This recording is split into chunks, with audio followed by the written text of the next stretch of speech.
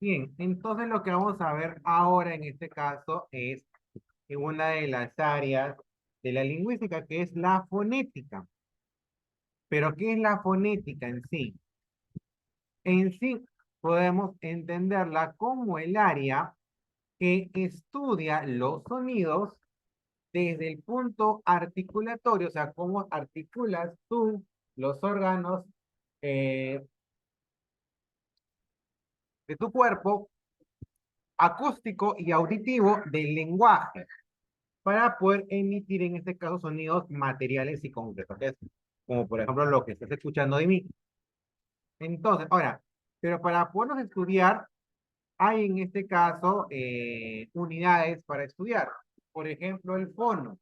¿Qué es el fono? Es la unidad mínima del lenguaje y por lo general va entre corchetes, ¿ya? ¿Y por qué va entre corchetes? Es para poder en este caso señalar el sonido que se va efectuando para poder generar una palabra, ¿correcto?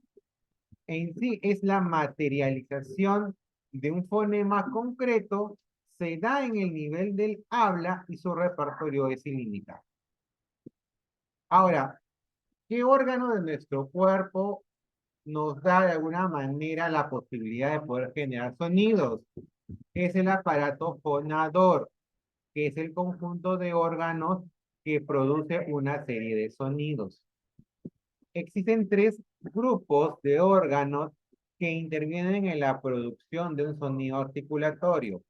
La cavidad infraglótica, que son los órganos de respiración, como el diafragma, los pulmones, los bronquios y la tráquea. La cavidad laríngea, que son los órganos de fonación, lo que te da el sonido, como la laringe, las cuerdas vocales y la glotis. Y la cavidad supraglótica, que son los órganos de articulación, los que en este caso producen el movimiento para la generación de palabras, como por ejemplo la faringe, el velo del paladar, la lengua, los labios, la cavidad bucal y la cavidad nasal. Ahora, ¿cómo podemos distinguir las clases de fono? Se pueden clasificar por el punto o zona de articulación.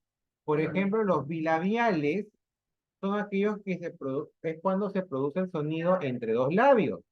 Cuando juntas o mueves el labio inferior y superior, como por ejemplo el sonido de la B, la M o la P. El labio dental, que es cuando el labio inferior se acerca a los bordes de los incisivos, o sea, de los dientes superiores. Por ejemplo, en la F. El interdental, el ápice de la lengua, empuja entre los bordes de los dientes, ya sean superior o inferior. Por ejemplo, en este fono se produce el ceseo. Los fonos dentales son aquellos que se producen cuando el ápice de la lengua, o sea, la punta de la lengua, contacta con la cara interna de los incisivos, ya sean sobre todo superiores, en el caso de la D o la T. El cono alveolar es cuando la punta de la lengua, o sea, el ápice de la lengua, contacta con los alveolos incisivos superiores. Por ejemplo, la R, la doble R, la S, la L o la N. El palatal, el predorso de la lengua, toma contacto con el paladar, por ejemplo, en la ñ, en la L o en la Y. Y el velar, el dorso de la lengua, o sea, la parte de abajo, toca el velo del paladar, en el caso de la K, en el caso de la G y en el caso de la E. Ya, ahí, por ejemplo, la X en realidad es el sonido de la J. ¿Ya? O sea, en este caso, los fonos no necesariamente corresponden al gráfico cuando escribimos. Por ejemplo, la X ahí no representa el sonido de la X, sino el sonido de la J. ¿Ok? Ahora, También tenemos fonos por el modo de articulación. Tenemos en oclusivas o explosivas. Se producen cuando los fonos, cuando se opone un cierre total a la salida del aire. Por ejemplo, la P, la T, o sea, en la P, en la T, en la K o en la B, por ejemplo, ahí cuando tú articulas, no hay, no hay salida de aire. En las fricativas, el cierre es parcial, o sea, no es total.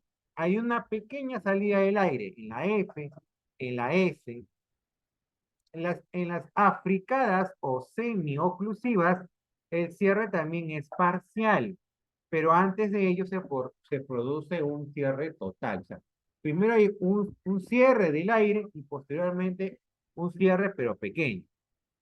En los laterales, el cierre de la boca es incompleto. La salida del aire es continua, pero este se desplaza por los lados de la boca. Por ejemplo, en la L. En la L hay un pequeño espacio donde sale el aire en ambos lados de la boca. En los vibrantes, durante la articulación, el paso del aire interrumpe momentáneamente. Entonces, el ápice de la lengua o la úvula vibra una y varias veces. Por ejemplo, en la R o en la doble R. ¿Ok? O se llama vibrantes. Porque resuena cuando tú pronuncias o articulas esos tonos. Por la acción del velo del paladar, los sonidos consonánticos del español pueden ser o nasales u orales.